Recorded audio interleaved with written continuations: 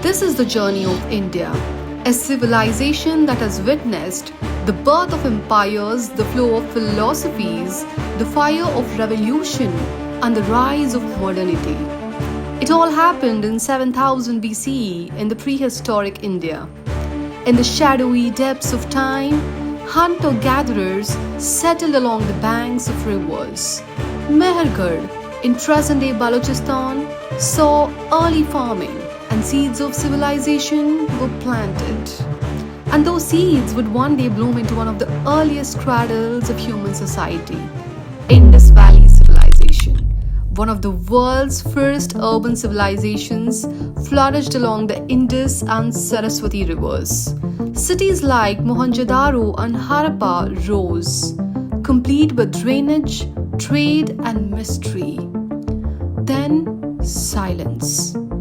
The civilization declined, but its legacy whispered through time.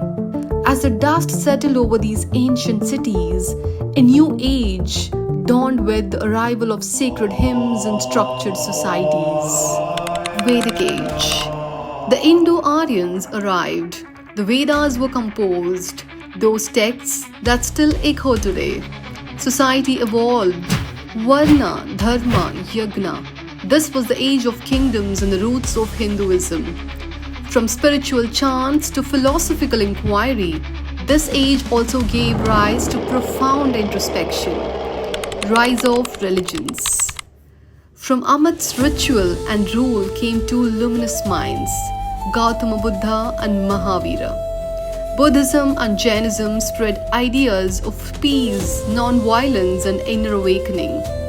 As thoughts of compassion spread across Asia, a powerful political force began to rise in the Indian heartland, the Mauryan Empire. Chandragupta Maurya built an empire, but it was his grandson Ashoka the Great who, after the bloody Kalinga War, embraced Buddhism and ruled with compassion, spreading the Dharma from India to Southeast Asia. When the Mauryas faded, India entered an age not of war but of wonder. Gupta Age, the golden age of India. Under rulers like Samudragupta and Chandragupta too, science, arts, literature, and mathematics flourished. Aryabhatta spoke of zero. Kalidasa wrote timeless plays, and temples reached skyward. But as unity dissolved, the land fragmented again, birthing powerful regional kingdoms. Early medieval period. India split into dynasties: Chalukyas, Pallavas, Rashtrakutas, Palas, and Cholas. Among them, Cholas became maritime titans, sailing to Southeast Asia. Temples like Brihadishwara in Tanjavur still stand tall. Yet from the northwest, new powers advanced, bringing new faiths, new rulers, and new conflicts. Islamic invasions and Delhi Sultanate. Waves of invasions reshaped the north. Ghori and then the Delhi Sultanate. 5 dynasties ruled: the Mamluks, Khiljis, Tughlaqs, Sayyids, and Lodis. New architecture, languages, and cultures intermingled. Sufism blossomed. As Delhi changed hands, the south responded with strength and splendor. The Vijayanagara Empire. In the south, Vijayanagara rose as a bastion of Hindu glory. Hampi thrived with markets, music, and might. But the stage was set for one of the most opulent dynasties the subcontinent would ever witness, the Mughal Empire. Babur came from the north. His dynasty brought grandeur. Akbar the Great unified much of India with tolerance and vision. Shah Jahan built the Taj Mahal, a symbol of eternal love. Aurangzeb's reign, though vast, saw rising resistance. Marathas, Sikhs, and Rajputs pushed back. As the Mughals waned, the sea brought new players drawn not by faith but by fortune. European arrivals and colonial intrigue. Vasco da Gama landed in Calicut. Soon came the Portuguese, Dutch, French, and finally the British East India Company. The traders turned into rulers. Trade turned into treaties. Treaties into control. And soon the spark of resistance was lit. 1857, the First War of Independence. Mangal Pandey fired the first shot. The Sepoy Mutiny shook the British Raj. Though crushed, it ignited a flame that would blaze into a nationwide movement. The British Raj. Queen Victoria took direct control. Railways, laws, and English education reshaped India. But so did exploitation, famine, and repression. Yet in adversity, India found its voice. Rise of nationalism. Swami Vivekananda awoke a sleeping nation. Mahatma Gandhi led millions with non-violence. Subhash Chandra Bose fought with fire. Protest, salt march, boycotts, it all built up. Until finally the chains of colonialism broke.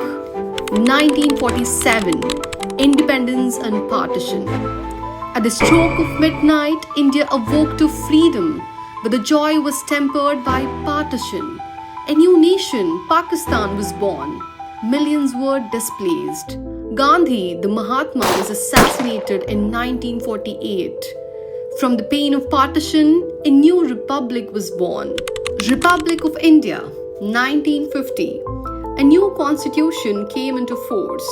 Dr. B.R. Ambedkar, with others, drafted it.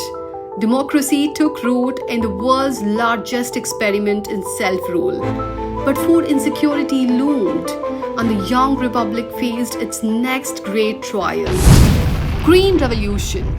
India faced famine, but science, seeds, and resilience fed the nation. With the help of the scientist M.S. Swaminathan, agriculture became the backbone. With hunger fought, it turned to power of a different kind. Technology and nuclear milestones. India tested its first nuclear device in Pokhran, 1974, Smiling Buddha. India became a declared nuclear power in 1998 under Atal Bihari Vajpayee. But true transformation was still to come on the economic front. Economic liberalization, 1991. Facing a financial crisis, India opened its markets. Globalization arrived. A new India emerged. Bold, fast, and digital. And it didn't stop there, it reached for the stars. ISRO, IT and innovation. India launched Mars missions, built world-class IT hubs, and became a global tech powerhouse. ISRO made space affordable. Chandrayaan-3 landed near the lunar South Pole in 2023.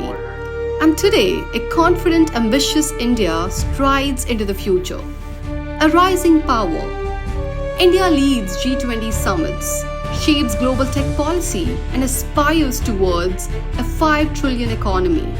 It remains a land of contradictions and possibilities, ancient and modern, diverse and united. From the ashes of empires to the dreams of 1 billion hearts, India isn't just a country, it's a civilization in motion.